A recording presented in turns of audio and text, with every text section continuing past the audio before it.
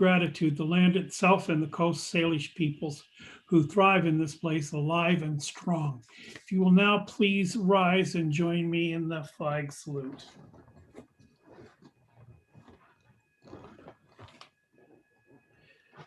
I pledge allegiance to the flag of the United States of America and to the republic for which it stands, one nation, under God, indivisible, with liberty and justice for all.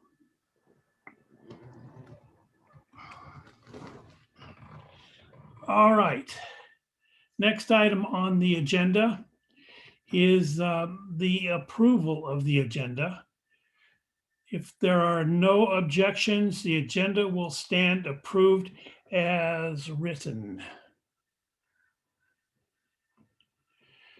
And next item on the agenda is a proclamation. Whereas the Americans with Disabilities Act, ADA, was passed on July 26, 1990, to ensure the civil rights of people with disabilities and usher in an era of independence, freedom of choice, control of their lives, and fair opportunity without barriers.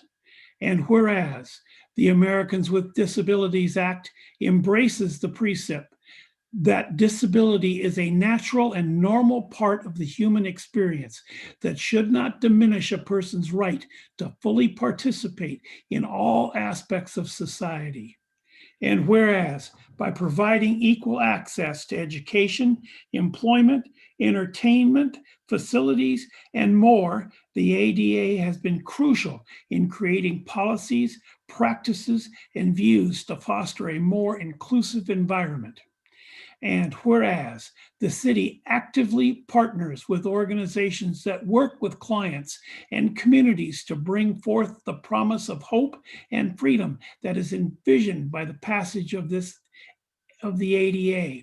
And whereas on September 14th, 2020, the City Council adopted Resolution 20-348, affirming the focus on diversity, equity, and inclusion and providing a framework to develop DEI policies. And whereas in April 2021, the city embarked on the creation of an ADA transition plan, aiming to bring pedestrian facilities into compliance with federal guidelines.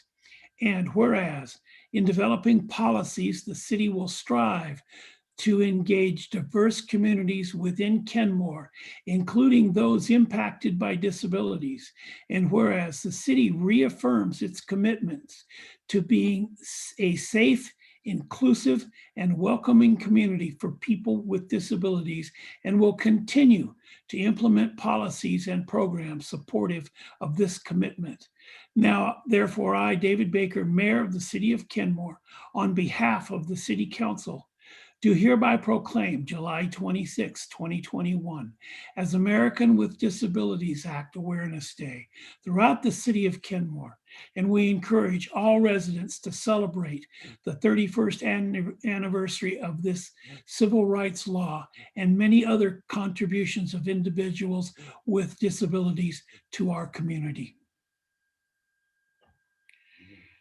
All right. The next item on the agenda is a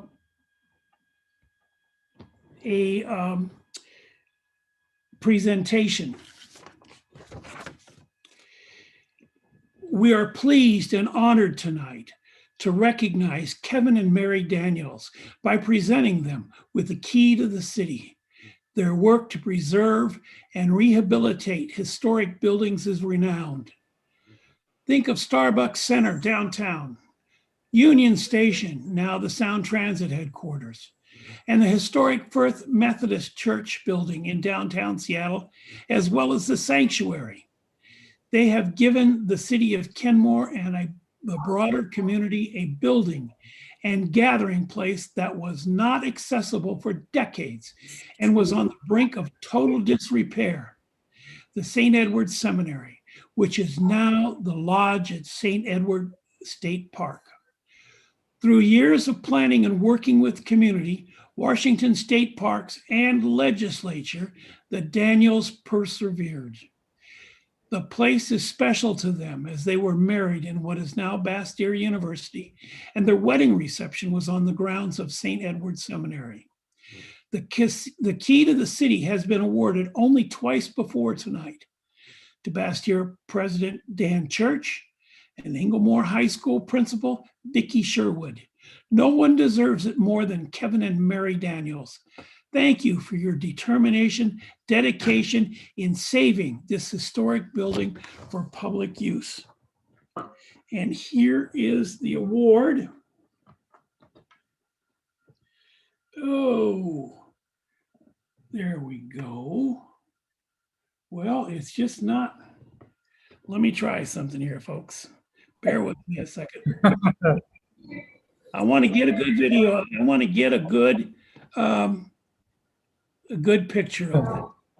Just bear with me.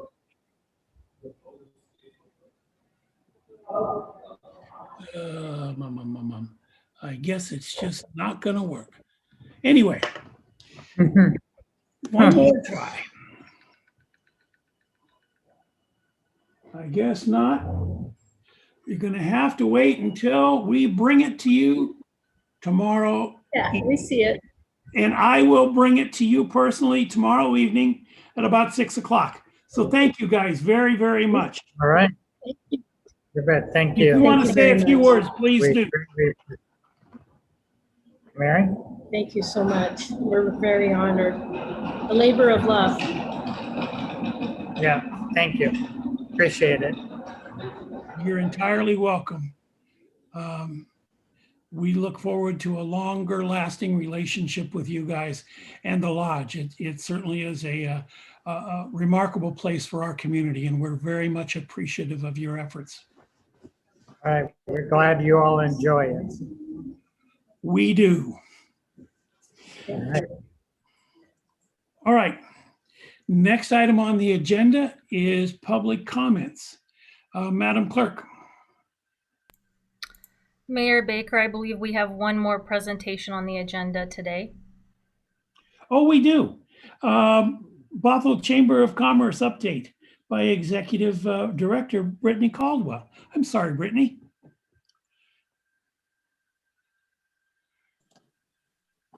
Hello, thank you very much. I'm joined here today by the chair of our board of directors, Carmen Dalzell, and I'm going to share my screen here, and Carmen is actually going to kick off the presentation. Thank you all for this opportunity. Hello, everybody. It's great to see you again. I appreciate Mayor Baker's reference to the Bothell Chamber, but that is not our name. We are the Bothell Kenmore Chamber, and we are so grateful for that partnership. So appreciate you. I know you just saw me a little while ago with my different hat on, but this is my other favorite hat. So I'm grateful to be here. We're going to go over some things today. We have a plan. Here you go. I want to tell you we're going to cover three things. Tell you a little bit about what the chamber is doing. Brittany's going to share our highlights from last year. And then I want to talk about the partnership that we've had between the Bothell Kenmore Chamber. I don't know if you know, see, Rob, I wrote my B/Kenmore because here the first word doesn't matter. The partnership between the chamber and the city of Kenmore. So we're excited to share with you. My name is Carmen. That is a fabulous freaking picture. It is a long time ago, but here it's my honor to serve as the chair of the board this year. It's exciting. Our board continues to grow and change just like any board does. We have 3 new fabulous board members, one of which is from Kenmore, which is fabulous. We are grateful to welcome John Yang from Community Transit, Eric Mohn from Corpo Sano Physical Therapy. He's pretty active. I know most of you know him. Marty Garcia from 9 Round Kickboxing, and Brittany Thody from BEC Thrasher's Corner. That completes our whole board, which is listed here. So we try to have a diverse representation, and you will see that we are just building our Kenmore representation. We've got Sandy Lane, who's done business in Kenmore most of her life and lived there. We have Eric, as I've already mentioned. We have, where is she? Oh, Jen Boyd from Carn Brewing. Those are your strong Kenmore leaders in our board. So we're grateful to have them. We're also very grateful for our the Bothell Kenmore staff, as any nonprofit is. The volunteers come up with things to do, and then the staff has to do them, which we're grateful for. So these are the people that make it happen. Always grateful for Brittaney, who's been with us for a long time and has brought our leadership and has changed the face of not the foundation, the chamber quite a bit, and we're grateful. I'm sure you all know Marita. Eve has been serving as office manager and also the visitor center lead. Elizabeth Tackett, marketing manager, has been keeping our relationship with Kenmore on the forefront, and also Lynn Lynch, who is literally the world's best volunteer. Like, we took a survey, we asked all of the people on the screen, it was unanimous. So she is the world's best. I want to say thank you to all of our sponsors, which you will see your lovely face right there. These are the people that make sure that our chamber is always able to operate. Our community partners are of the nonprofit ilk. So this is how we partner with our community and how the community partners with us. We're really grateful about that. And then we turn around and see our business partners. And of course, there are several Kenmore businesses here that make it possible. So we're really grateful. Without our sponsors, it would be challenging to do business. So we're grateful to have these partnerships. So for those of you who may not be as familiar with the chamber, we represent nearly 400 members in the community in both Bothell and Kenmore. We have been active for over 15 years. We work on prosperity, building and promoting businesses, fostering strategic partners between our businesses, and developing an active, vibrant community. And then we also are actually the Bothell Visitor Center. We would be the Kenmore Visitor Center, but we are currently only in one office. So when things are normal, we offer over 90 opportunities for our community to interact with businesses and our businesses to interact with each other, which makes us a vibrant, active, thriving organization, which I love to be a part of. So I'm going to turn it over to Brittaney, who's going to tell you some really cool things about what we've been doing this year. Thank you, Carmen. Wonderful to see you all. It's my pleasure to talk a little bit about our highlights from last year. 2020, as you know, was unprecedented and definitely the most unique year that we've had or that I've had as the executive director of the Bothell Kenmore Chamber. We took on projects we never anticipated we would, but with our partnerships, we made it through together. And we are incredibly grateful that the city of Kenmore is at the top of the list. So we, of course, work very closely with both the city of Bothell and the city of Kenmore. And as I'm sure you all know, the city of Bothell has the pleasure and the curse of being in two different counties, both King and Snohomish. That sometimes can be a challenge when you're trying to figure out which permit you need and things like that. But in this case, throughout 2020, it was an absolute blessing. We had the support from both counties, and we really were able to leverage that to help all of our businesses throughout the Bothell Kenmore area.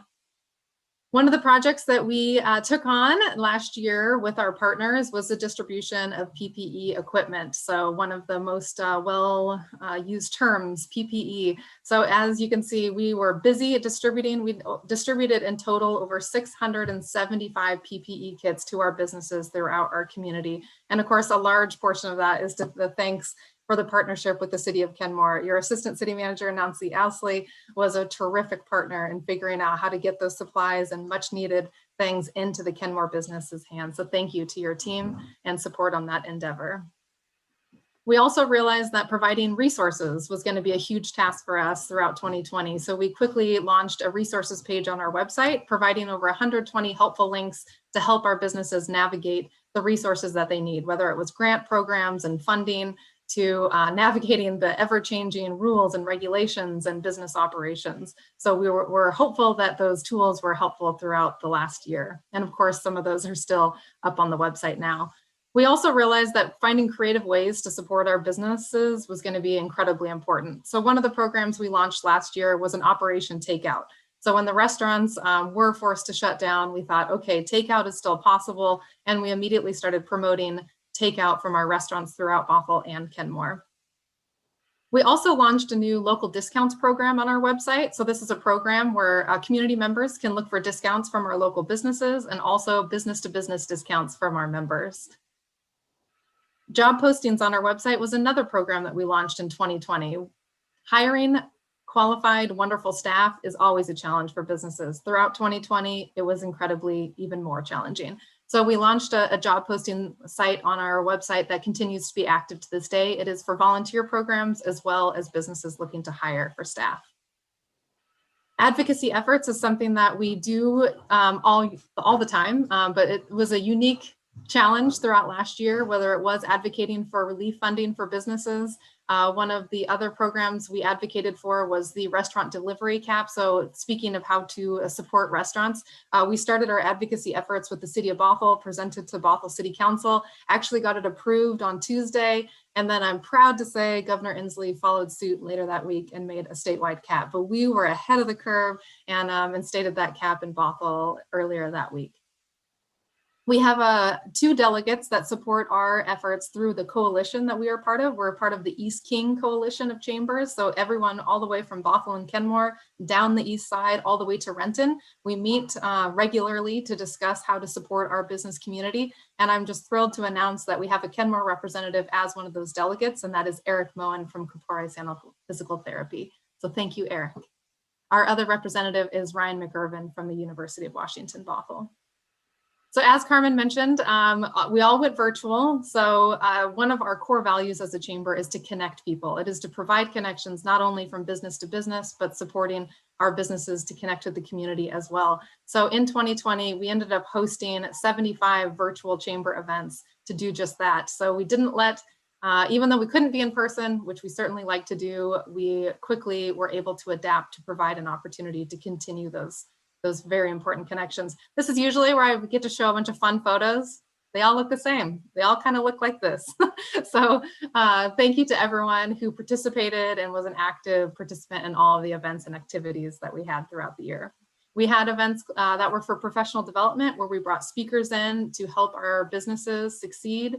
We also had and launched a noontime networking event. We found that people were craving smaller group connections.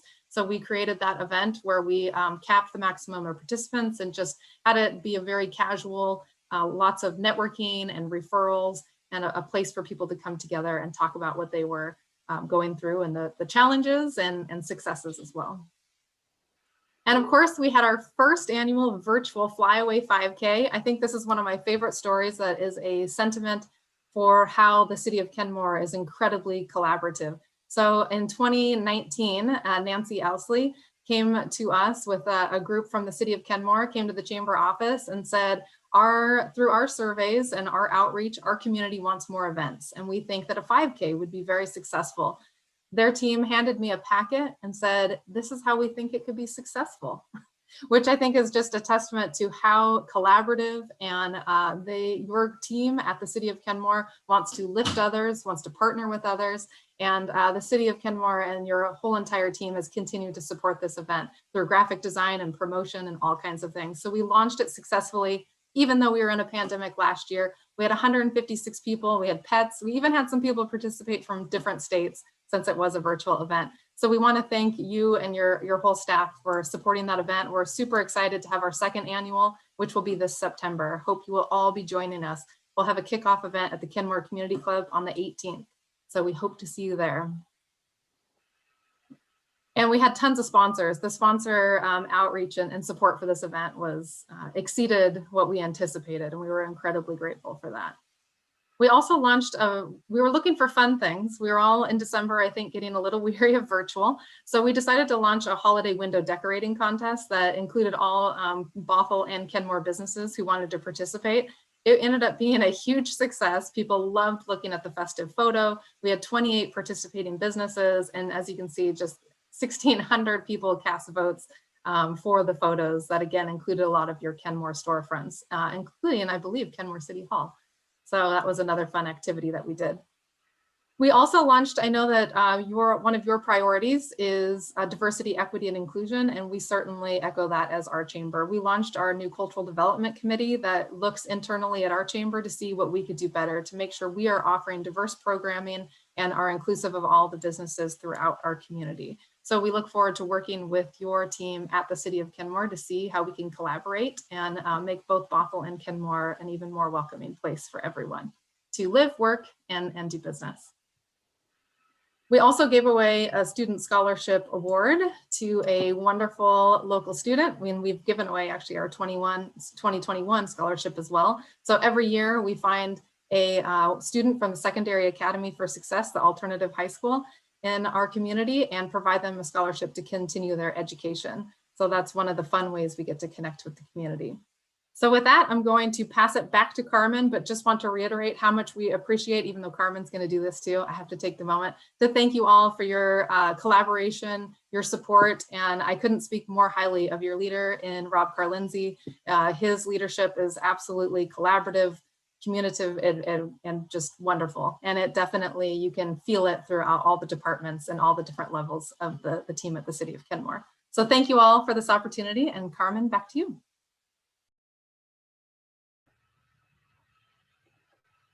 Let's go. We got it. I want to thank you again. Am I still on mute? Nope. Brittany, you're going to click. We're going to click. It's going to be amazing. This is how much gratitude we have. We just wanted to take a minute and be grateful to you. First of all, how amazing it is to be partners with the City of Kenmore. I think you must be the most accoladed city, at least in North Shore. Amazing to see how you're being nationally recognized, locally recognized for the work you're doing to support your community. And it means a lot to us that you would choose to partner with us. So we're proud of you. It's an honor to work with your leadership, and we hope to continue to partner with you at this level. So congratulations for all these great awards. We want to thank you for your support of the community events. The Flyway 5K, as she already said, like otherwise known as Brittaney, shared with you. So fun, really at the beginning of the pandemic when everyone's like, can we really do this? We don't really know. And again, firm leadership, nice direction, found a great way to partner. State of the City of Kenmore event was our first in-person event, or it wasn't really in person, but it was sort of in person. We got to stand for 1 minute, all of us vaccinated people together. Enjoying the lodge, so fun to be able to follow the official key giving to Mary and Kevin Daniels for their work in the community. The lodge is fabulous. I want to appreciate you for the funding that you offer for the Kenmore Business Alliance. That has really grown our chamber and your city, the way that people can come together and do business, relate on a smaller level, but also feed into kind of the bigger network of the Bothell Kenmore Chamber. We appreciate it. Not possible without the funding that you make available. And we really thank you for being a community member and a chamber member. Your partnership with us makes so much of what we do possible. So thank you so much. So here's the in-depth look at this is like the past and the present. So cute. I don't think I've missed a State of the City event for years. Typically in my other role, I try to sponsor this event so that I can just try to talk anywhere near Rob. What a big change we had. Attendance was fabulous. It was a creative way. It was wonderful to be included with the lodge's grand opening, see all the first-time guests the very first night. And as you see here is Rob mastering the Zoom link and bringing the lodge live to our group, representing Kenmore at its best. So thank you for that. We've spoken about the Kenmore Business Alliance. I see Sarah Hayashi right there. She's also served on my board. A leader in her own, all the places. We appreciate the there we go. That's good. We want to continue to support you. Every month we offer Kenmore an opportunity, and Nancy or Rob takes a minute or 5, but no more than 5 ever, to give monthly general meeting updates about what's happening in your city so that people can really feel connected. It's one of the reasons people join the chamber actually, is to come to that meeting and feel like they know what's happening in their communities. They can answer questions from their colleagues. They can answer questions from their friends. So we've been up and on to speed with your walks and waterways and walks work. I appreciate it. We love the committees, Kenmore Business Alliance. We're grateful for Rob's time on our board of directors. He offers his leadership and his thinking and helps us kind of be more innovative and more representative of our whole area, and his thoughtful mind helps us be a better team, and we appreciate it. And we love opening new places in Kenmore. So fun. It was like my favorite week all year. So when someone says, hey, Carmen, could you please go to the brewery? And then will you please go to the bar at the lodge? Will you please help represent our city? I say yes, because I'm in service. That's the kind of person I am. It was a great week. So fun to see people. Stoop Brewing's opening was just so community oriented, fun to see Mayor Baker at both. Just loved the representation, saw many of the council members actually. So Kenmore is thriving, and you can tell with all these red ribbons. So in closing, I want to just thank you all We want to continue to be a collaborative partner to help create a vibrant community, and we're here to support you. So Brittaney and I thank you for your time, and if there's any questions, we're happy to answer them. Brittaney, Carmen, thank you so much for giving us the update on the Bothell Kenmore. Maybe it's Kenmore Bothell Chamber. Thank you guys very much. All My right, pleasure. next item on the agenda is public comments. Madam Clerk, will you please? Thank you, Mayor Baker. We want to welcome all of our community members to this council's meeting. In this forum, the council cannot engage or dialogue with the public. The primary role of the council is to listen. All comments must be addressed to the mayor and the city council. Please use the raise hand feature if you wish to speak. I'll acknowledge your request and call your name when it's your turn, and your time will start when we confirm that we can hear you. Please state your name, city of residence for the record, and keep your comments to the allotted 3 minutes. Your time cannot be granted to another, and your clock time will not be reset unless there are extenuating circumstances and the presiding officer has expressly allowed it. Screen sharing is not allowed. You are welcome to submit materials to the council or clerk in advance. This meeting is being recorded. Thank you for taking the time to express your comments. And Mayor Baker, with your approval, we'd like to try a slight variation in the format today. What I'd like to do is promote all of our guests who wish to speak at the same time. In order for that to be successful, I'm going to ask that our speaking guests mute themselves and turn their video off until we call their name.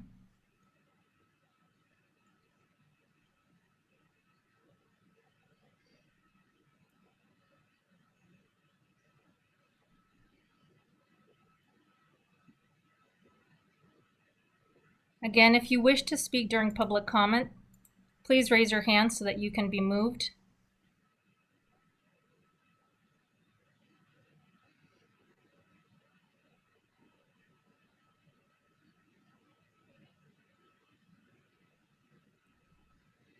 Anyone else wishing to be heard today should raise their hand.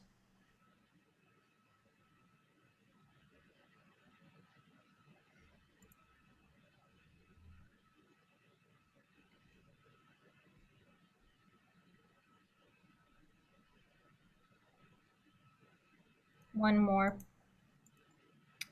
guest. Thank you very much, Mayor Baker. If it is all right, we'd like to begin. Yes, please. We'll start with Nancy Hansen.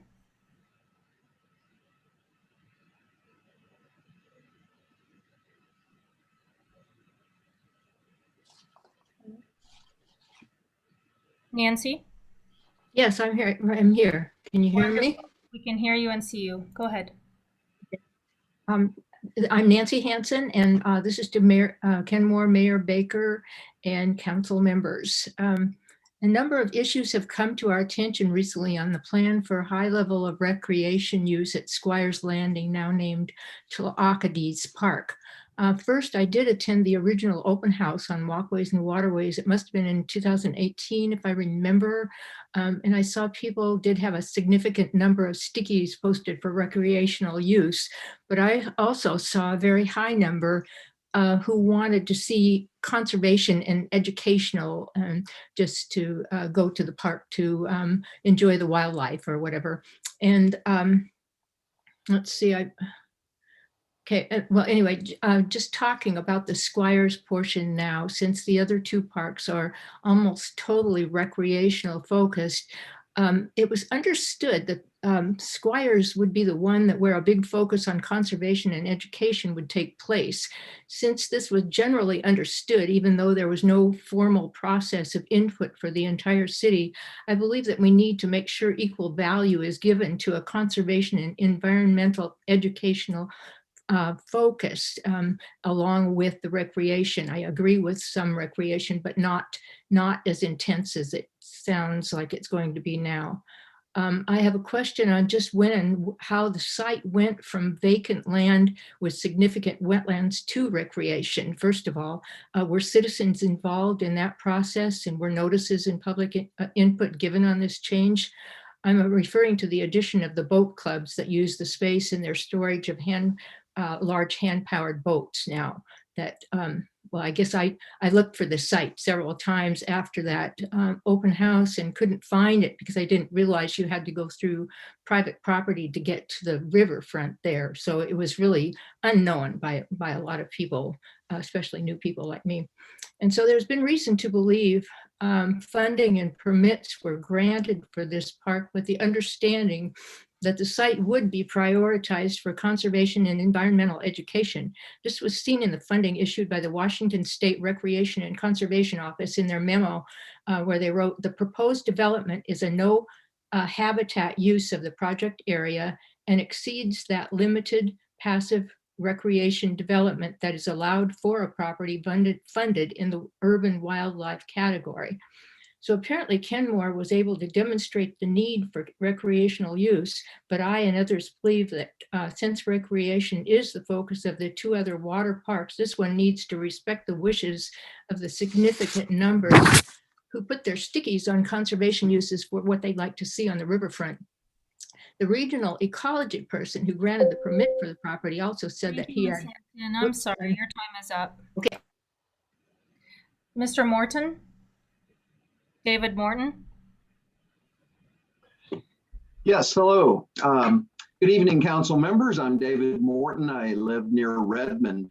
The air emissions from Cadman's asphalt plant in Kenmore are supposed to be regulated, permitted, and inspected by Puget Sound Clean Air Agency, or PSCAA, which is authorized by the state to enforce the Clean Air Act. Every order of approval issued to the asphalt plant by PSCAA includes a statement that the approval does not relieve the applicant or owner of any requirement of any other governmental agency. In other words, Cadman's asphalt plant in Kenmore must conform to zoning code.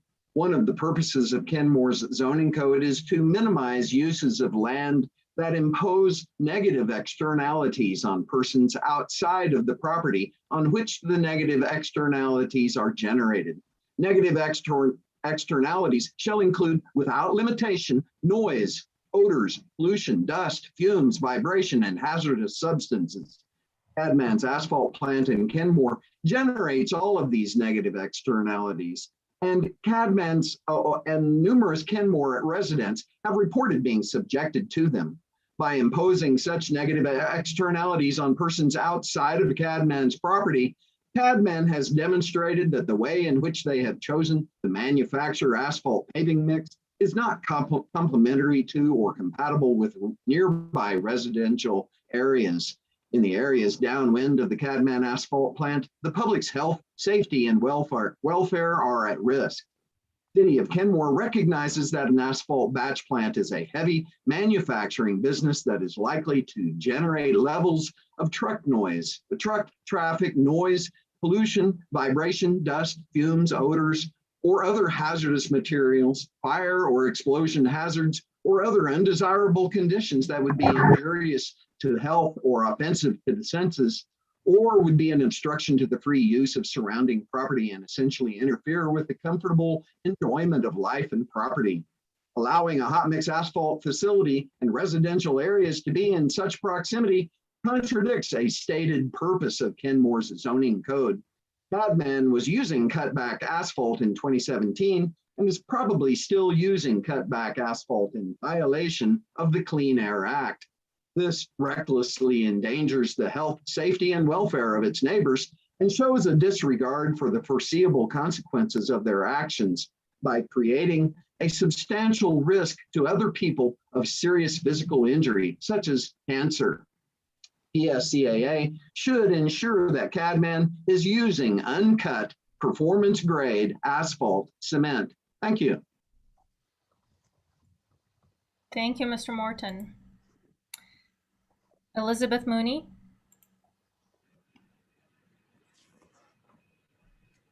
Hi. Hi. Can you hear me okay with this? Yes. Okay, thank you. My name is Elizabeth Mooney, and I'm a resident of Kenmore, Washington. I'm president of a nonprofit PERC, People for Environmentally Responsible Kenmore. I support Nancy Hansen's comment and David Morton's comment to council. I care about trying to reduce exposure to toxins and living in a healthy environment as possible, and about folks in our community having full disclosure. It has come to my attention that at the last Kenmore City Planning Commission, there was discussion about Lake Point, Glacier Northwest, a TOD, and a purchase and sale agreement for the Kenmore Industrial Park, which the city calls Lake Point. It is important for the council and planning commission and community to know that this property at what you call Lake Point is in a MOTCA, a Model Controlled Toxics Act site, and is known to contain hazardous metals and petroleum hydrocarbons. My understanding from speaking with Department of Ecology is that the owner of that property is out of compliance. In fact, since 2001, the monitoring and cleanup of this site has been by court-ordered consent decree. Why is our city spending time calling it Lake Point and bringing it up at a planning commission? It is also important to know that the property is under a restrictive covenant limiting development for non-industrial uses without the property being properly remediated. I have concerns since my understanding is that the site's owner is out of compliance with the existing consent decree with the Department of Ecology. The testing was supposed to occur in 2019. As much as I share that this property could be developed in a way to provide offices and parks and public access, the fact is that it is industrial. You can't go out there. And we should not lose sight about the reality and its potential effects on our sensitive areas, Sammamish River, Lake Washington, our wildlife, and the people that live there and recreate there. The current owner of the site is behind in his required groundwater monitoring for these toxins. Let's make sure that we do not shortchange environmental safety and common sense for development. I'm concerned that the city of Kenmore is spending money, resources, taxpayers' money to facilitate a private real estate transaction. I think the city of Kenmore should simply spend time supporting the Department of Ecology in enforcing the existing consent decree. Before we entertain a new purchase and sale agreement, I think we should insist the site be tested in accordance with what's required by the consent decree. I'm sure our city staff has copies of these documents, and if they do not, I am happy to provide them with you so that you can take appropriate action and safeguard our public health. Thank you. Thank you. Mayor Baker, I see no further hands raised at this time. Anybody else wishing to speak? 1 minute. Stacy Valenzuela, I believe. That's correct. Ms. Valenzuela? So you know my hand was raised earlier and I don't know why it disappeared. But can you hear me? Yes. I will start. Stacy Valenzuela, Kenmore. I support all the speakers before me. Many of our residents would like the city of Kenmore to show with actions that they are environmental stewards, that our residents and environmental concerns are a priority. Kenmore has the opportunity to shine with an environmental award if they keep Toll Payroll Park, formerly Squire's Landing, a natural habitat. Only remove the invasive plants and replace with native plants. Use gravel or environmentally friendly materials for any trails. No cement or asphalt that may allow petroleum oil or poop to contaminate the waters, which is some of the problems at Log Boom Park that is near Cadman. Avoid any root or limb disturbance on the grandfather cedar trees and protect the canopy as well as the wetland area. This park is used by so many wildlife species that thrive on the ecosystems that are at this location. Our residents completed 3 separate surveys for our parks in 2019. All 3 had the first choice as natural habitat and trails. Nowhere did they request a boathouse or cementing our parks. Our residents stated that they would not have voted for the waterways and walkways bond if these projects were listed, as well as a public land should be used for the public. I am confused concerning Lake Point land contamination. Cleanup should be a priority. Enforcement of the city of Kenmore. There has been no active cleanup by the property owner since the decree in 2001, only continual dumping of more contaminant.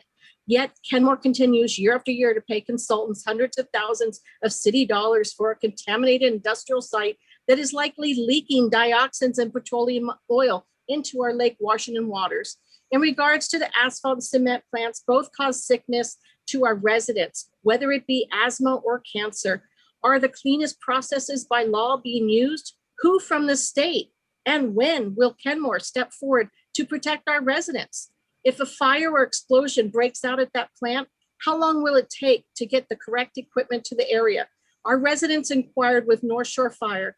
The suits that can withstand this high degree of fire of asphalt are at station number 54. Is that Tukwila? That's at least 45 minutes away. We need to protect our resources, our environment, our residents. We need our city leaders to show action so that everyone can see the treasure of Tolachadis. Using the words are not enough. With climate change here now, these areas should be a higher priority than the Public Works Department. Please consider our request a priority. We need you to do better. Thank you. Thank you. Mr. Hendrickson, I noticed that you requested remote control of the meeting. I can't grant that, but you can speak if you'd like. Okay, can you hear me? Yes. Okay, I don't have the raise hand option here anymore, so I couldn't find it. I hit it earlier, and so you guys did something. The same thing with the last person didn't have it. So okay, let me start. I'd like to address what I found to be my experience on the council, an intimidation tactic by staff that goes against the city council and against the public when they want something that maybe the council isn't agreeing with. The reason I'm bringing it up is because of the search we're doing for public works site. Even though you've already got an agreement to buy a site, it looks like a big boondoggle waste of money to me. And I've experienced this before, and I'll give you some examples. The first time I experienced this, I was on the council around 2004. Dave Baker and I were on for the first time.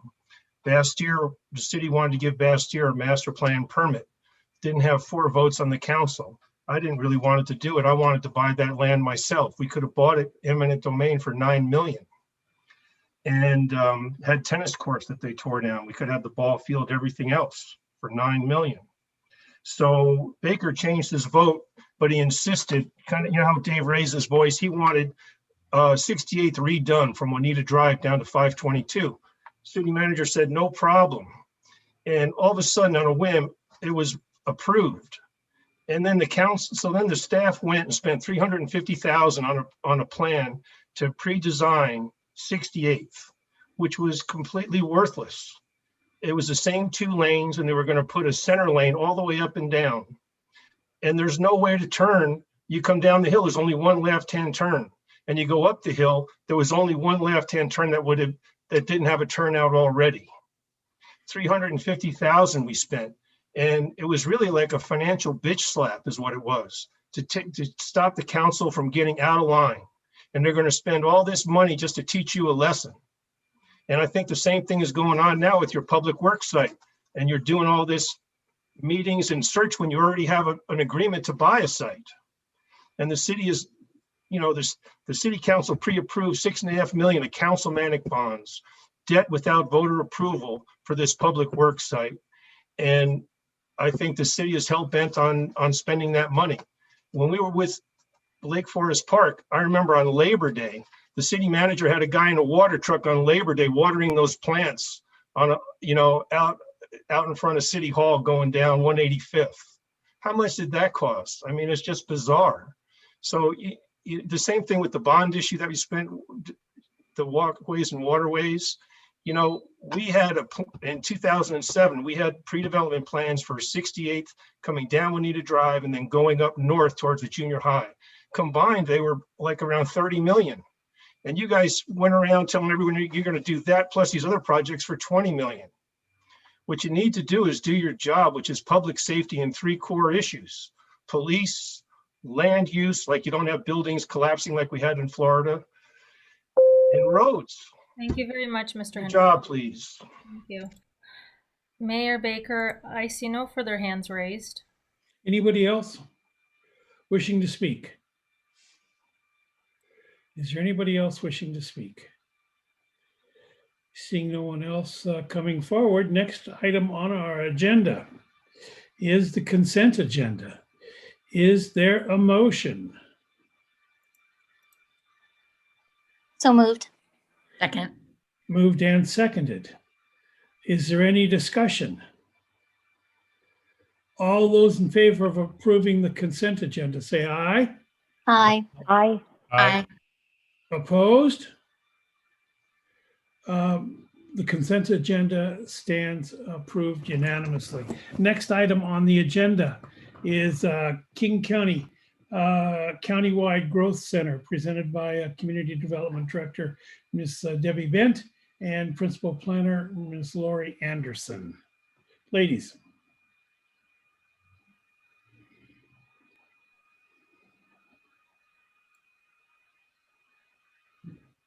Good evening, Mayor Baker and members of the City Council. Sorry about that slight delay. I was waiting for my promotion.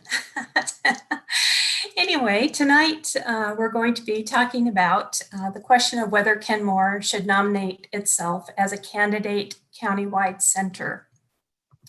After discussion by the Planning Commission on June 15th, they agreed unanimously that recommending that the city become a countywide growth center should take place. So what is a countywide center? Reading directly from the countywide planning policies, countywide centers are to serve important roles as places for equitably concentrating jobs, housing, shopping, and recreational opportunities. These are often smaller downtowns, high-capacity transit station areas, or neighborhood centers that are linked by transit, provide a mix of housing and services, and serve as focal points for the local and county investment. For Kenmore, the logical boundary of a potential countywide center is shown on attachment 3 in your packet. That is the area that's historically been identified as downtown.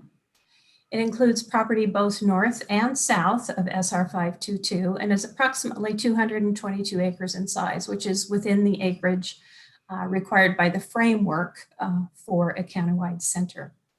On the south side of SR 522, the area includes the Glacier property, Lake Point, Plywood Supply, most commercial properties along Northeast 175th Street, and nearby residential areas. On the north side of SR 522, the area starts at about 65th Avenue Northeast, including downtown commercial and downtown residential zoning south of Northeast 185th Street and the Total Trail, and the residential and commercial areas along 73rd Avenue Northeast, including the Park and Ride.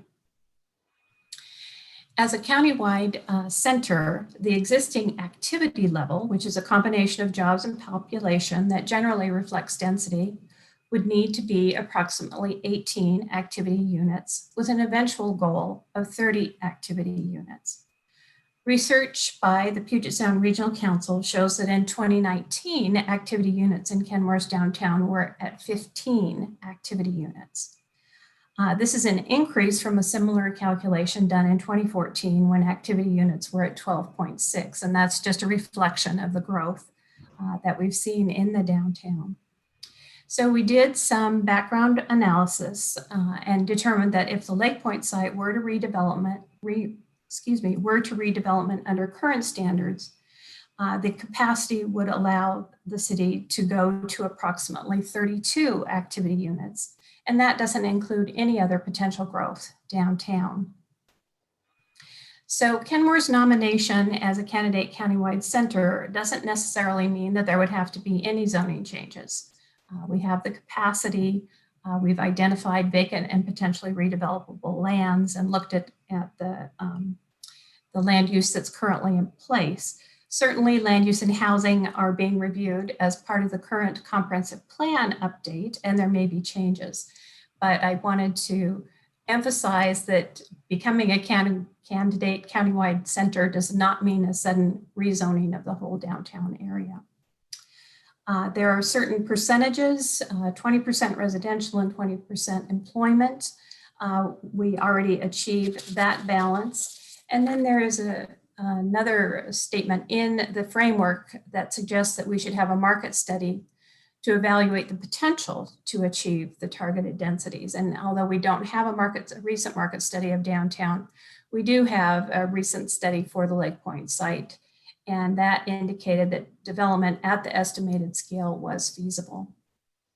Also, there eventually should be a sub-area plan for a countywide growth center, but we already have a downtown plan in place, and that sub-element could be adjusted to satisfy the framework requirement. So as I mentioned, the Planning Commission was supportive of this recommendation. Kenmore is now a high-capacity transit community as identified in Vision 2050. We're also on the BRT line, and corollary investments in, particularly for transportation, would be beneficial.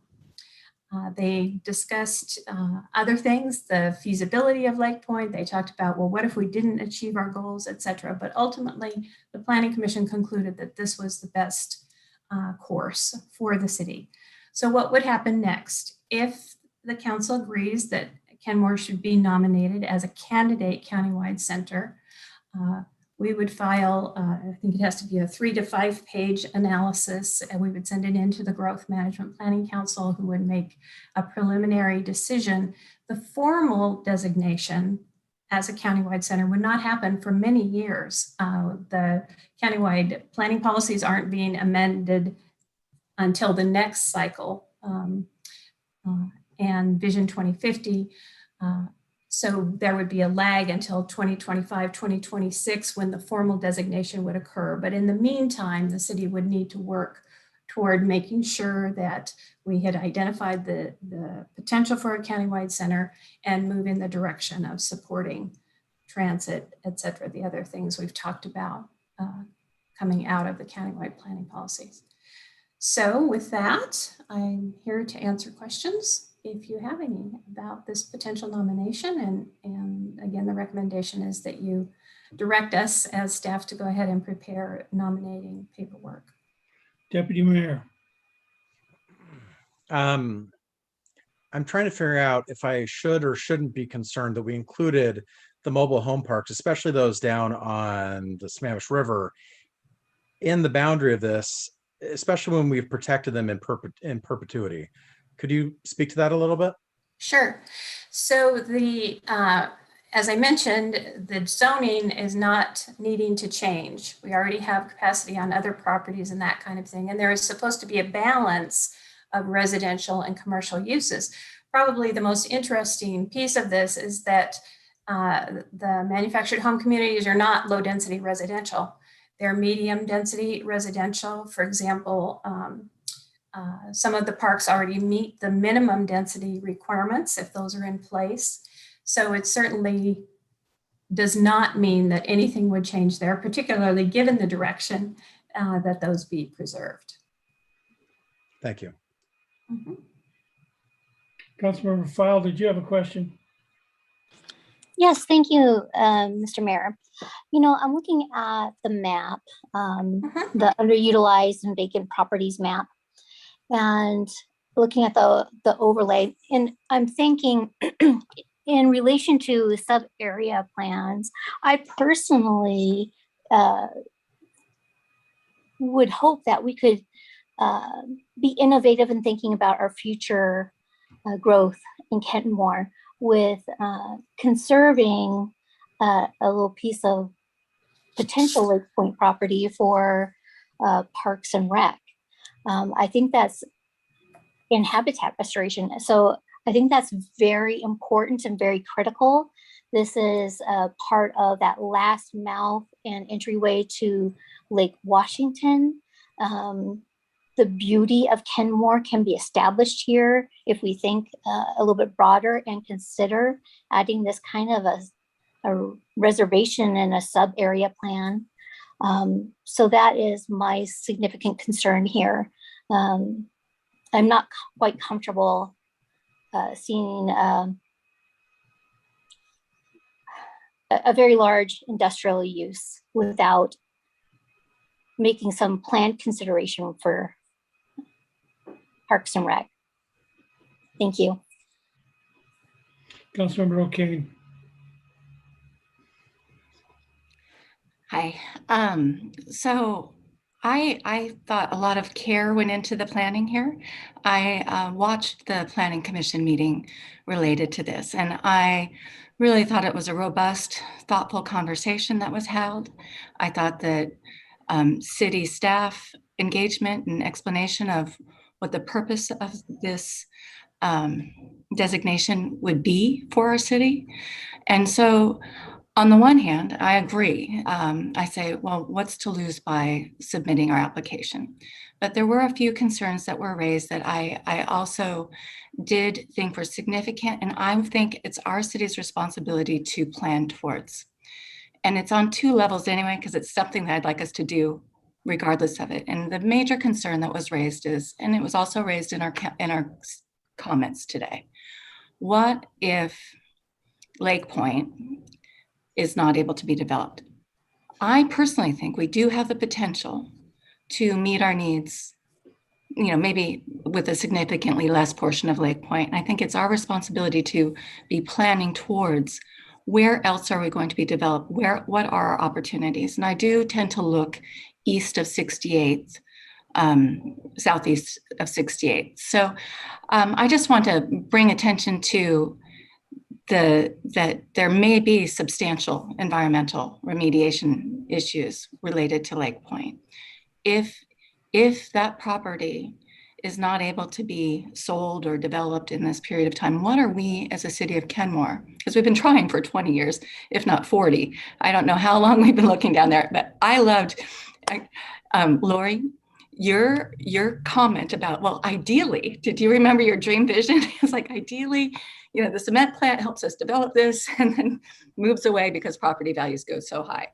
I love that idea. And I think you're all familiar. And I want to thank Councilmember File for talking about the enhancement of more of a parks and recreation environment there, because part of my dream, whether it's in the Lake Point, I actually really like it in Lake Point, would be ball fields and an aquatic center and, the amphitheater that people have talked about and electric ferry.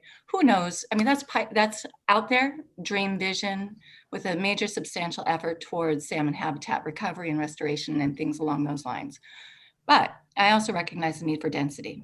So whether it's at Lake Point or southeast of Lake Point, what can we do outside of Lake Point to meet that? As we are in that, we have time to be kind of considering that. And I just wanted to put it forward that I just would like to see other areas that we can develop. And I did hear, like, it's going to be a stretch if we don't do it at Lake Point. So I did hear that.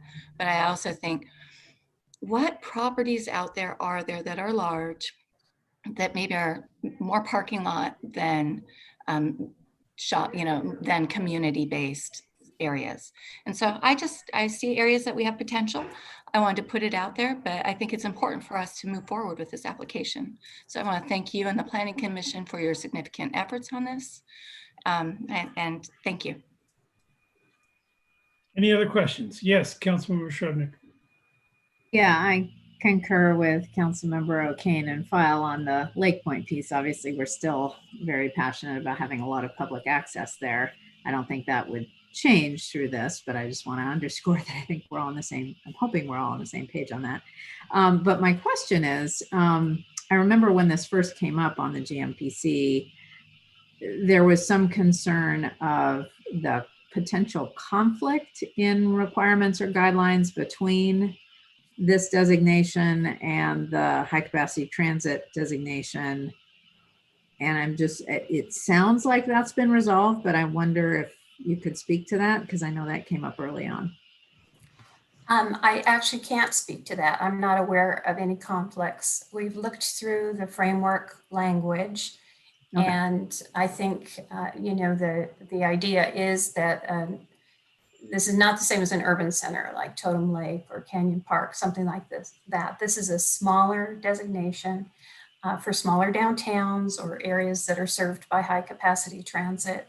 And I think, given the list of standards in the actual framework, which we're not even achieving at this point, that would be something we did through the comprehensive planning process if we needed to do anything, add a few words to the downtown sub-area plan, I'm not sure. But I'm not aware of any conflict. In fact, it seems like a high capacity transit community would be an ideal place to be a candidate countywide center. Great, thank you. Councilmember Marshall. Thanks. If one of the main goals is increased density and the Lake Point's not able to be developed and we're looking at a comprehensive plan or zoning changes, then I assume that number one, there's still going to be the opportunity for the public to participate in a zoning change if one is needed and if we would need one. And then secondly, somewhat larger question, what do we get out of this designation? Saying that we're gonna, at least in theory, commit to these increased activity levels. What do we get out of it? Thank you. The carrot is that we have enhanced priority for funding, regional funding for transportation, etc.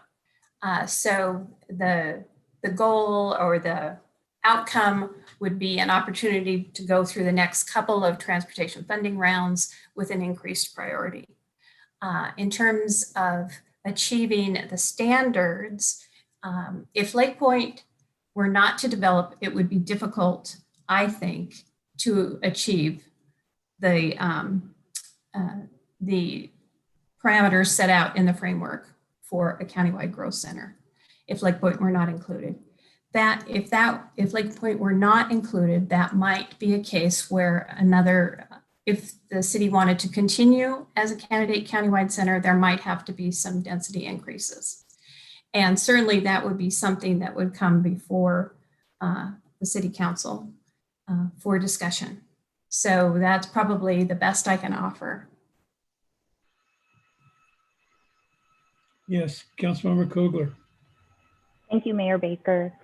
I have a follow-up question about the proposed outline area that's being proposed, and that is, at what point would that be determined? Would it be at the point where we're actually given the designation of countywide growth center that we would finally determine that area, or is what we're proposing now pretty much it? So what we're proposing now is our candidate area. And this is an awkward setup because, as I mentioned, the GMPC is not officially going to designate anyone as a candidate countywide growth center until the next round of review, which is after we've adopted our comp plan. So at this point, what we're looking at is working through the comprehensive plan process, trying to determine what the boundaries should be, trying to determine if zoning changes are desired, and then submit, by the time we adopt our comp plan, making that final decision about the countywide growth center and submitting an actual nomination to the Growth Management Planning Council. Now, that being said, this application that we would submit in August would include boundaries. It has to include boundaries. Those could be flexed, I believe, through the comprehensive plan process. But by the time we are to the point of doing our comprehensive plan, if we're really working toward a countywide growth center, we have to have a logical boundary with the zoning that goes with it. So what I'm saying is these aren't cast in stone, but if we are modifying them through the process and we really want to move toward being a countywide growth center, we need to be thoughtful about what we're doing with our boundaries and densities. Anybody else? Councilmember Marshall? And what other benefits besides transportation funding potentially? At this point, those are the benefits that are outlined in the materials that were sent out to cities about the candidate countywide growth center. I know through many different types of funding, I believe, and Debbie's going to help me with this question, I believe that they give priority to areas that are targeted for growth as centers. So for example, I mentioned the urban center at Totem Lake, I mentioned Canyon Park. When different funding opportunities arise, because of the growth management scheme, those areas where the county knows growth is going are given a higher priority. Now, what those different, I don't know whether it's parks funding or other types of funding. Transportation is the key for this candidate round. Councilmember O'Kane. I just have a question. I hadn't really questioned the boundaries at all. Councilmember Marshall, I appreciate you bringing up the question. And when the time comes, I just want to share, when I think of where density could go and what might fit into this plan, I actually would probably go all the way up to, I'm trying to read the street, 80th possibly. But just to be up to the bowling, where the bowling alley and grocery outlet are, I always feel like they feel connected to where the TOD is going. And so it just feels like an area, when I look at that, the way that space is laid out, it looks ripe for consideration for density. And so I just wanted to call attention to that. Thank you. Councilmember File, then Deputy Mayor. Thank you, Mayor Baker. I also agree with my colleagues, but and most recently with Councilmember O'Kane's statement. But that being said, as we move forward, we're both looking to move forward on possibly approving this tonight, right? This measure. But I just want to make sure that if we are considering a sub-area plan with this, we would need to possibly make two separate motions. Is that right? No, we would not be doing a sub-area plan at this point. This is only the question of whether we want to nominate Kenmore as a candidate countywide center. Okay. And we do not need to do a sub-area plan. As we move forward through the comprehensive plan process, we would take the downtown subchapter of the land use element and modify that to address a countywide center. And the other point I might make is that the boundaries that are shown on that attachment 3 are the historic boundaries of where downtown is. So the downtown sub-element talks about the 4 quadrants of downtown. It describes the vision for those 4 quadrants. The zoning, downtown commercial, downtown residential zoning is incorporated along with, the special P suffix areas, Lake Point and plywood supply. So those boundaries were crafted several years ago from the language in the downtown sub-area plan that describes downtown. Right. So we're not creating new information, I guess is what I'm saying. So we would propose for downtown and then the nomination would go from there.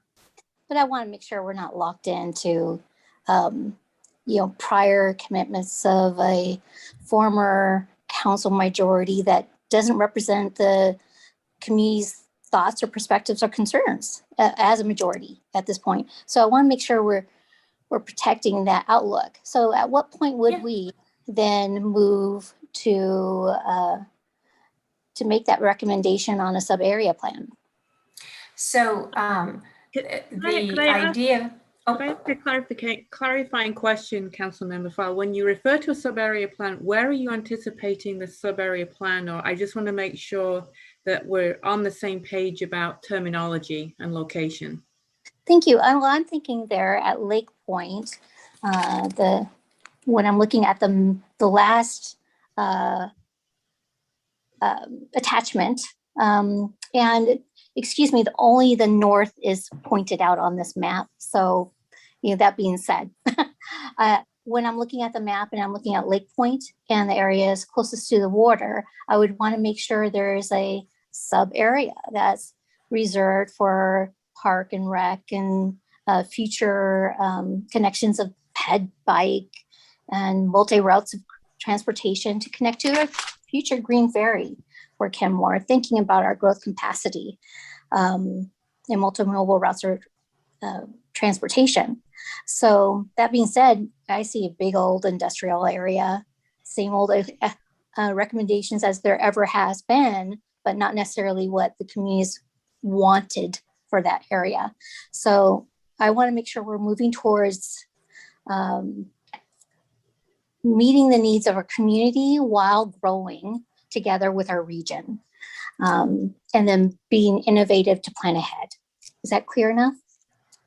I think so. I would just like to clarify that we are not anticipating doing a sub-area plan for Lake Point. So the anticipation is that the current vision for Lake Point will be moving forward, which is anticipating a mixed-use development. That's at the policy level.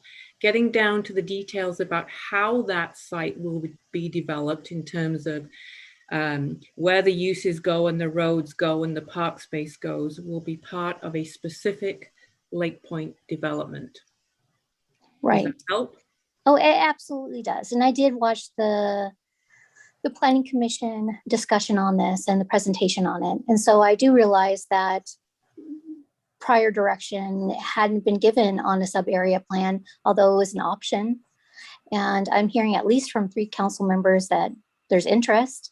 I don't know if there's other interest from our council, but that being said, I do want to look out for the interest of our community and their wants and needs and desires for Kenmore as well. And so I'm not trying to be difficult, but I'm trying to do the job that our community has elected me to do by representing their concerns. And I thank you for your consideration. Deputy Mayor. Sorry, I could support, I think tying in the TOD into this would make a lot of sense, but I was thinking that before staff pointed out that this was traditionally the area designated downtown, but I could see arguments for folding in the rest of the TOD area into that. And then just a clarifying question for staff, because we've had people mentioned industrial lands. Do we currently have any areas that are zoned for heavy industry in the city? No. No. Okay. Nope. Thank you. Councilmember Shrubnik. Yeah, I would support expanding it if it's feasible and makes sense to expand it through the TOD. I mean, given that the funding, that the main objective is to get increased transportation funding, it kind of seems like that would fit together. And then for the property behind the asphalt plant, formerly known as Lake Point, we've laid out a vision for that already, and the zoning, the existing zoning facilitates that. As you pointed out, there would be a specific plan, which, our requirements would suggest that there would have to be substantial public use, just as, similarly, we were negotiating with a previous potential developer along those lines. So I don't see the need for any change or any further sub-area designation. We already have the infrastructure in place to ensure that we get the public use that we want, if it were to proceed with a private developer, this particular one has a purchase and sale. Councilmember Kugler.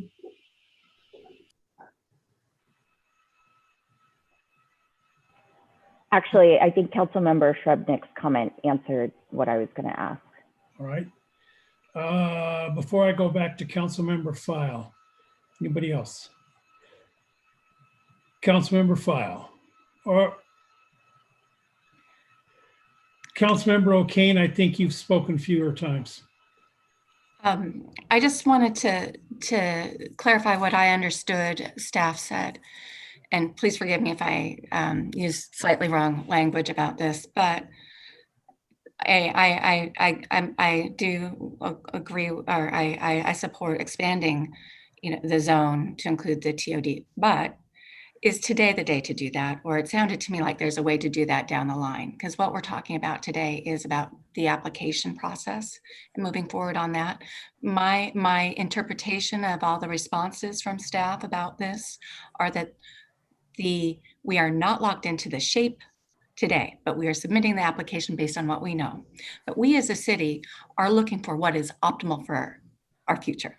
And so there's opportunity, and I think probably a pretty strong chance of this taking place with future updates to the, I can't remember the name of the plan, but I heard that. So that was my interpretation. I'm comfortable with where we're at. And I'm not sure where the rest of council is, but I thank you for bringing this before us. Councilmember File. I'm fine with expanding the TOD, and I have no more to add. Thank you. That was the reason, well, that's one of the things that we did when we created the TOD, was make it able to be expanded so it could fit our needs at the time. So the fact that we want to perhaps expand the POD is exactly what we envisioned. But anyway, Deputy Mayor? I think what people were talking about was expanding the nominated area to include the current TOD, not expanding the TOD. I think right, that's but you expand the TOD to fit that nominated area. I don't think that's what our colleagues were discussing. They were discussing expanding the nominated area to include the TOD, because the TOD goes over further east. Right. TOD is an overlay. It was created as an overlay that can be stretched. Right. I'm just clarifying what I think my colleagues were saying. Right. So I've got a couple of questions, Ms. Anderson. High capacity transit. We've lost one bus route. We are gaining bus rapid transit, but how do you vision high capacity transit in Kenmore today or in 2025 or 2030?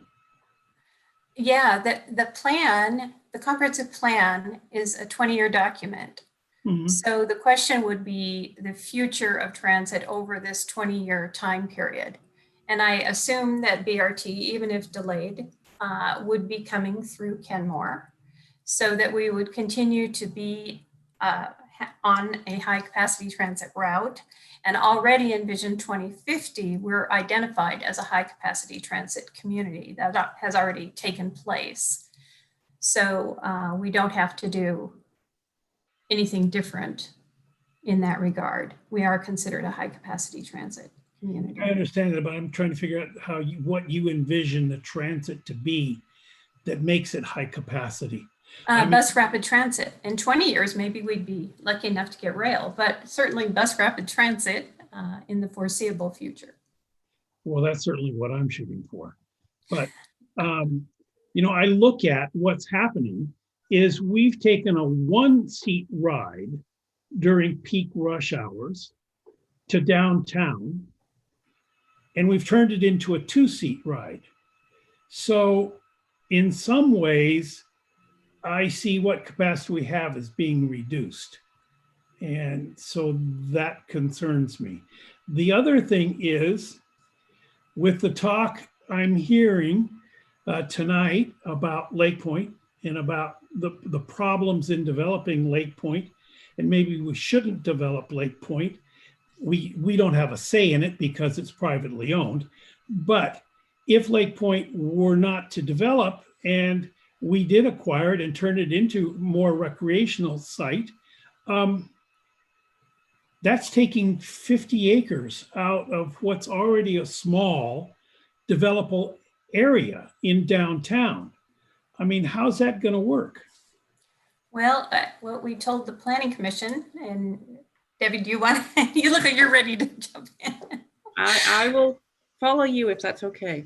Okay. What we told the Planning Commission is if Lake Point is not included, then it would be difficult for Kenmore to be a countywide growth center. I mean, that's kind of the bottom line, but in the current comprehensive plan and the current vision for the area, it is part of the downtown, and it is to be the site of a mixed-use commercial residential development. So, and I did want to add one other thing about the whole TOD boundary question, because I've heard several council members bring that up. So I was just looking at the nomination form, and pardon me if you can hear my cat in the background who suddenly decided to meow outside my door. But under boundaries, this is what it says in the nomination form. Identify on a map the current location and boundaries, but discuss if any changes might be considered in the 2024 comprehensive plan update. So right in the nomination form, were provided an opportunity. For example, if downtown were nominated, I would add into that section that there has been interest in expanding that area to the east to incorporate other areas that are in our transit-oriented development district, and that would be a topic of discussion in the 2024 comprehensive plan update. Great. Councilmember O'King. I just have a short question follow-up. And by doing that, say in our worst case scenario, I mean, we want the Lake Point area to become the space that our community wants. And we do want to, you know, ultimately be supporting our density needs as well. In the event that there are environmental remediation issues that may crop up, which it seems like a strong likelihood. Expanding our downtown gives us more space where we have, you know, where it's tight without it. Say if we only are able to develop a small portion of Lake Point, for example, if we expand our downtown core to say 84th or whatever boundary we were to choose along 522, that would actually maybe hopefully balance some of the loss if that were to take place. Would that be true? Expanding our boundary gives us more space to consider density. Well, you would have to be looking at what the current density requirements are. Just by expanding the boundary doesn't increase density. So you'd have to look at what the density is in the area you're expanding it to, and then figure out then, would that make up for the loss of the density from Lake Point? And it may not. You may have to increase density somewhere else to make up for that. So it's not just a question of area, it's a question of the capacity of the area to support density as well. Yes. Thank you. That's what I actually understood. I just didn't get to that detail. Thank you. Deputy Mayor. How does theoretical capacity, like say the TOD overlay, play into this? Because that's not just granted capacity, that's capacity that exists, you know, with strings attached to it. How does that factor into the calculations? So the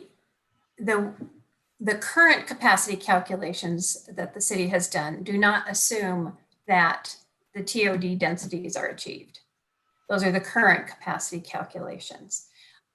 One issue would be whether there should be minimum densities put in place in some areas, or TOD development could become mandatory versus optional.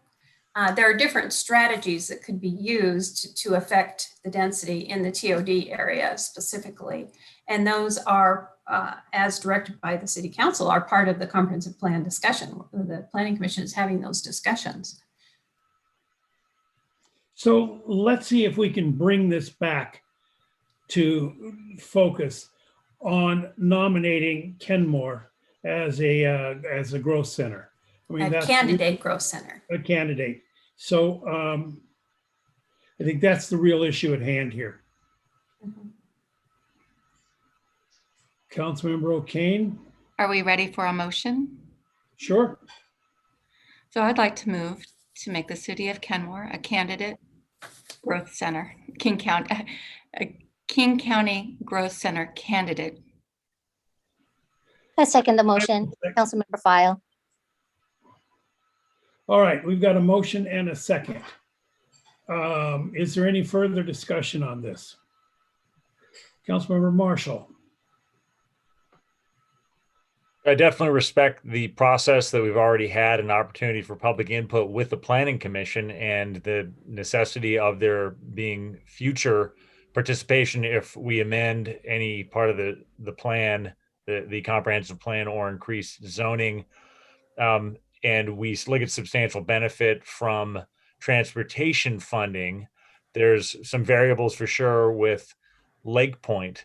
I respect the idea. I do feel constrained, though, to err on the side of further public participation because we're outlining a neighborhood, and I'm not precisely sure that there's been enough time and or notice for the community members in those neighborhoods to weigh in on whether they have potential density or whether they'd like to have potential density coming their way. I'm sure that we've done a diligent job in letting them know, but I always like to err on the side of the public participation. So that's how I feel. Any other comments on the motion in front of us? Councilmember Shrevenick. I just want to make sure I'm understanding it then. I mean, we are not voting tonight to change any zoning. We are not. Just being clear. So if that were to come up, there'd be a full public process. So We're asking staff. we're giving ourselves the potential opportunity to get transportation funding by doing this. We are asking staff to make us to do whatever is necessary for us to become a candidate as a growth center in the county. Deputy Mayor. And just to clarify, I believe what staff said earlier was that we already have the development capacity zoned in those areas to meet the needs of this anyway. So there could be no need to do any upzoning, possibly. That's correct. And the downtown area has been the downtown area for years. Since 2003. Right. All right. If there's no more discussion, will the clerk please take the roll? Councilmember Kugler? Yes.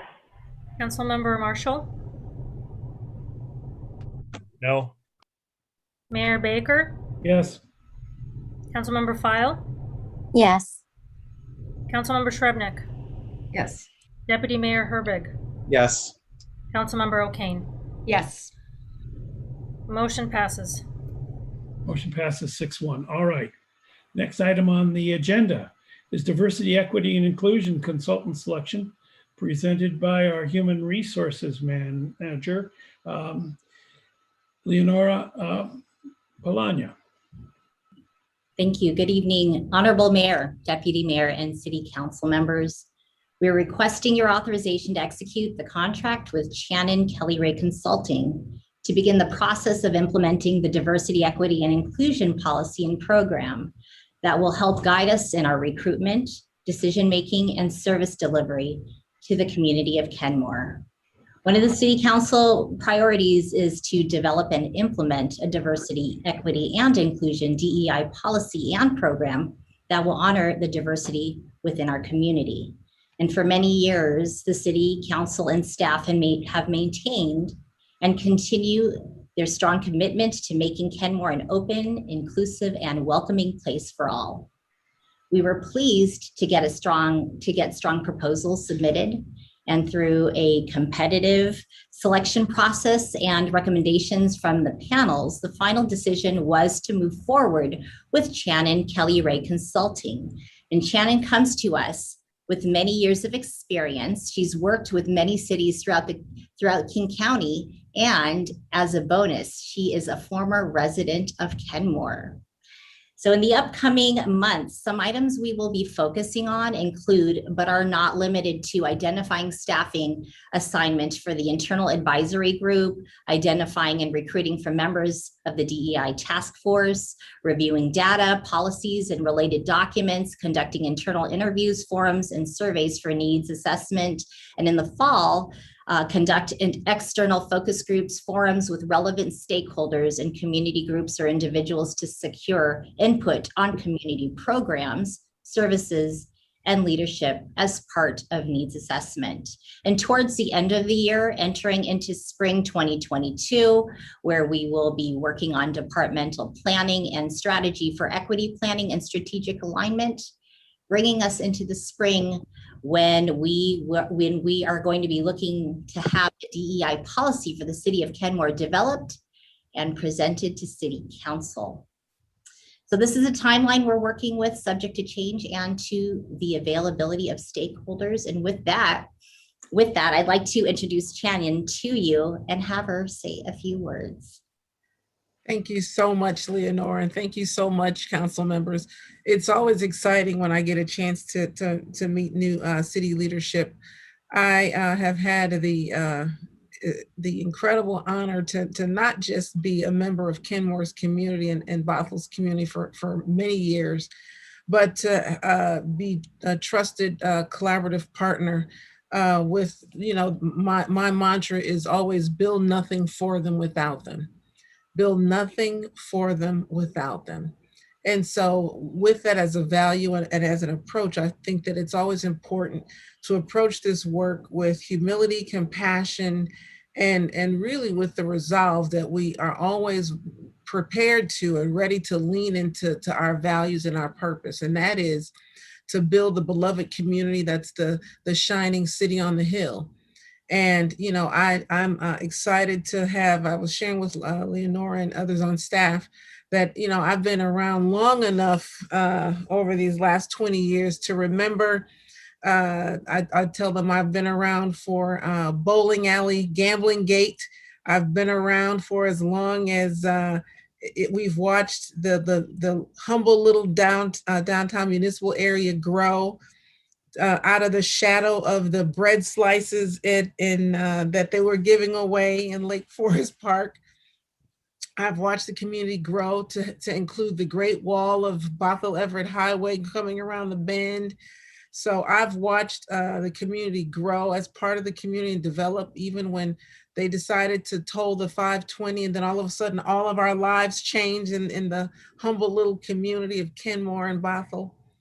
So my interest is more than just to bring us to the place of the shining city on the hill, but to continue to partner with folks like you and folks in the community, whether they live, work, or play in the municipality, but to help us continue on that path of growth. And you've spent a lot of time tonight talking about growth today, growth tomorrow, and growth long after all of us are footnotes in the history of what will be this incredible growing, probably metropolis that is certainly landlocked and waterlocked by other communities. But I certainly see Kenmore growing, and I want to make sure that I, along with you, can do everything that we can deliberately and intentionally to bring many different voices around the table to talk about how we create a community that works for and includes everyone. And we talk a lot about diversity in the ways that we're different,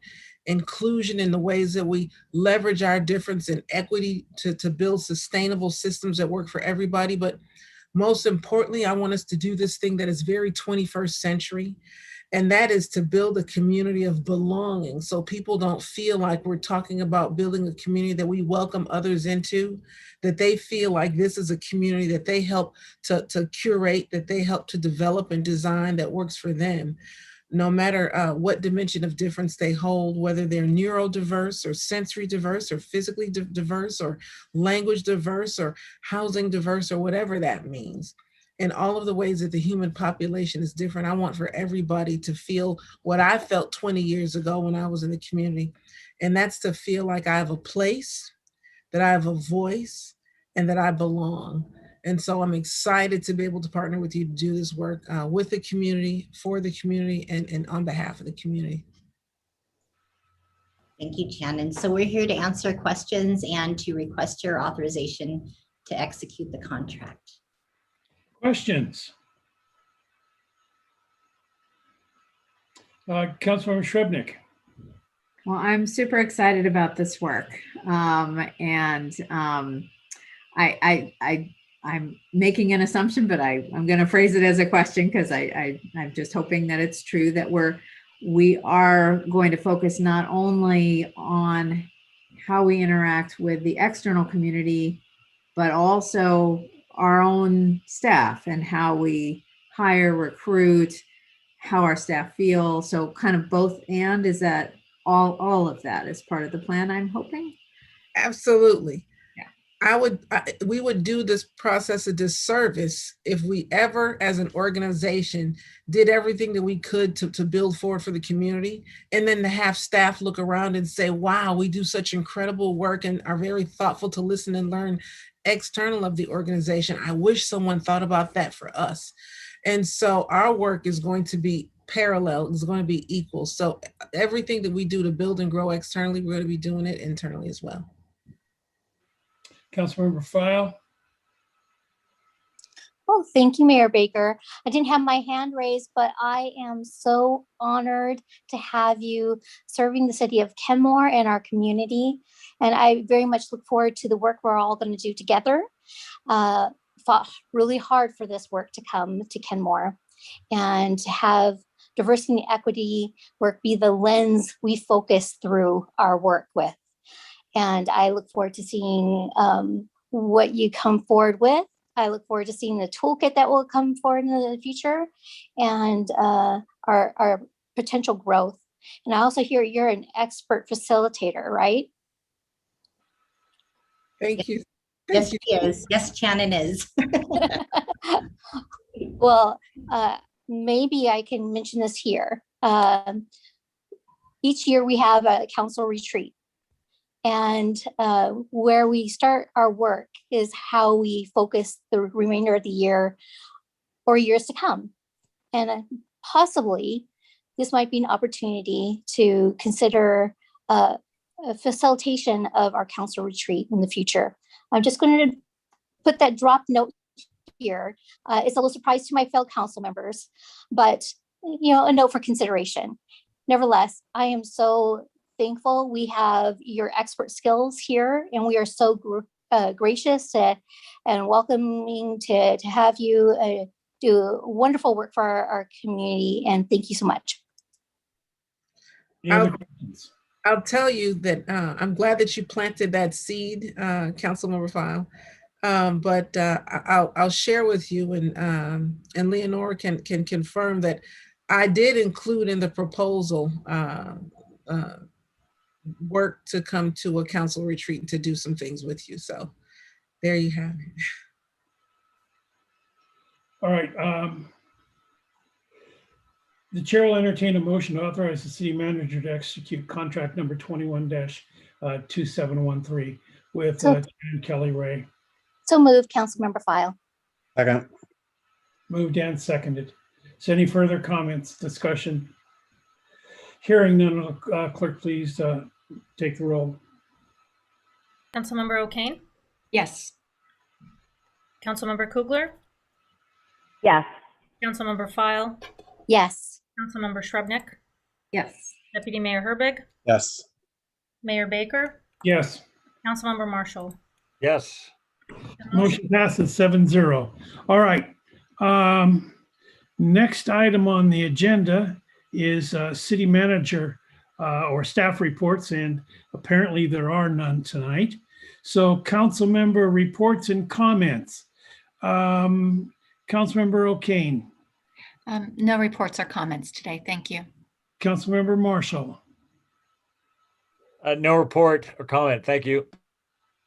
Councilmember Kugler.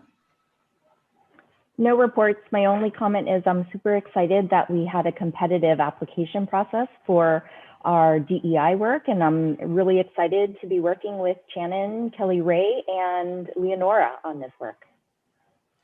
Councilmember Shrubnik. No reports, but I do have, and of course I thought of this too late to have it be in the agenda. What I'd like to propose is that we have it in a next agenda if we have a second on it, and that is to make a statement in support of Best Starts for Kids, which is actually on the ballot, which we will be getting this week. So I guess I'm looking for a second to put it on the next agenda. Remind me the process. I might need the city attorney to remind us. The city attorney jumping in here, so whenever she appears, something's up. Thank you, Mr. Mayor. I don't know if something's up. I think I'd be happy to comment on the process. So what that process would be, it sounds like you want to put it on a future agenda, and the agenda would simply need to provide the notice required for discussion purposes if on a pending ballot measure. You'd simply just have to put the required public notice on the agenda and give opponents and the public an equal opportunity to discuss the pending ballot measure. Great. I'll second. You can't do it today. All right. Councilmember File. Thank you, Mayor Baker. And I'm really happy to see our attorney staying on here. We've been hearing for a while about Lake Point from our community. and the concerns surrounding what we call Lake Point, the site land itself.